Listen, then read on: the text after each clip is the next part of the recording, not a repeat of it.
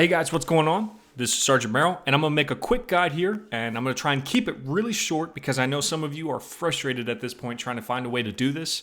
It is possible, it is simple, and this is going to teach you how to do it, so no worries. I want to get out of the way real quick though. It is going to involve you buying another copy of the game. That is the only way to have multiple characters in DayZ. At least the only legitimate way, and that's the only way I'm going to be teaching. So you're going to have to buy another copy of Operation Arrowhead, which I'll explain in a second. But I know that will turn some people off. So if you're not interested in spending, I think it's $19.99 at this point. If you're not interested, you can go ahead and exit out right now. You have to do that. Now, in the end, you will have two very simple files. This is how easy this is. And I want to show you guys because some of the ways involve you not using 6 Launcher and just very complicated ways to do this. This is super simple. When you want to use your main character, you double click this shortcut. When you want to use your alt character, you double click this and open the game. That's simple. You can even have as many players as you want, but you're going to need to buy another copy of Operation Arrowhead for each player, which that can get pricey. But anyway, very simple. All you need to do is first step, go to your registry editor, which is very simple to find. Just go to your search program files, type REGEDIT, and open up that right there. Now, once you do that, that'll bring you to this registry editor right here, and just follow me down the folders. You're going to go to HKey local machine, then click software, scroll down, open up WoW 6432 node, open up Bohemia Interactive Studio, and then go to the folder ARMA 2 OA for Operation Arrowhead.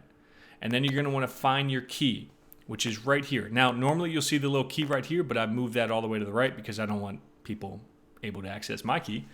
You're going to want to hit File, Export, and then put this in a folder that you're going to access whenever you want to change your player. For me, I just made a folder called Change Player. Name it. I named it Player 1. If you want to name it by your actual character, you can do that too. I just keep it simple. Player 1, and then we're going to have Player 2 later down the road, which I'll explain here in a second. So save that. And now what you're going to need to do is buy another copy of the game. The easiest way to do this is through Steam. Now, if you've already bought the first one through Steam, just open up another account. Here I just, I put a 2 at the end, made a new account. Takes like 5 seconds. Get another copy of ARMA 2 Operation Arrowhead. You should not have to install it. You should be able to play it right away. So you shouldn't have to reinstall this. Just go ahead and hit play. Open up the game. What that's going to do is that's going to automatically change the CD key in your registry. So once that game is opened up and running, go ahead and exit out of it and follow the steps that we just took to find this key. And it should be different. If it is not different, you'll need to uninstall Operation Arrowhead, reinstall it, and then run it, and the key should be different. At that point, once the key is different, you're going to want to go File, Export, find that same folder, and export it as player number 2. Now, what this is doing, this may seem complicated. People may not understand what's going on here. You're changing the key in your registry so that whenever you open the game, it looks to see what your key is, and it's going to pull whatever character is tied to that key. What this is doing is putting a little shortcut to automatically change the key in your registry. And it's very simple when you want to change characters on the fly. You just close the game out, and you double-click on whichever character you want to play at the time before you reopen the game. Now, a lot of people may not understand the benefit in this, and there's a couple different reasons that I really like this concept. And it's because, number one, you don't always have to play so careful when you have a second character. You play careful on your main character, only play with your friends, whatever. Your second character, all about having fun. I like to run through Cherno and axe murder people and just, have a blast, not worry so much about losing my gear for the sake of playing with my friends later. So it's really good in that extent. But you can also use this if you copied and pasted this and sent it to one of your friends. When they double-clicked it and changed their registry key to this, they can play your character as well. So you can play each other's characters as long as as long as they keep a copy of their own registry key and make sure they follow these steps as well.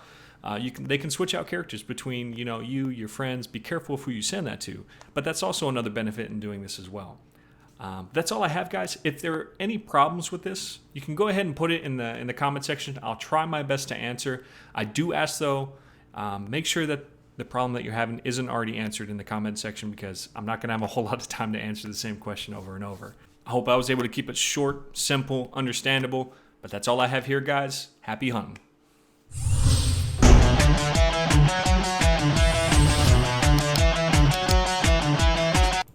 Real quick, guys, if you're new to this channel, go ahead and hit that subscribe button for new DayZ content that I come out with on a regular basis. I also have a DayZ series called DayZ Chronicles, which I have 2 episodes here featured that you can click on. But you can also check the videos that I have in the description for much more DayZ content. But that's all I have here, guys. Till next time, this is Sergeant Merrill, out here.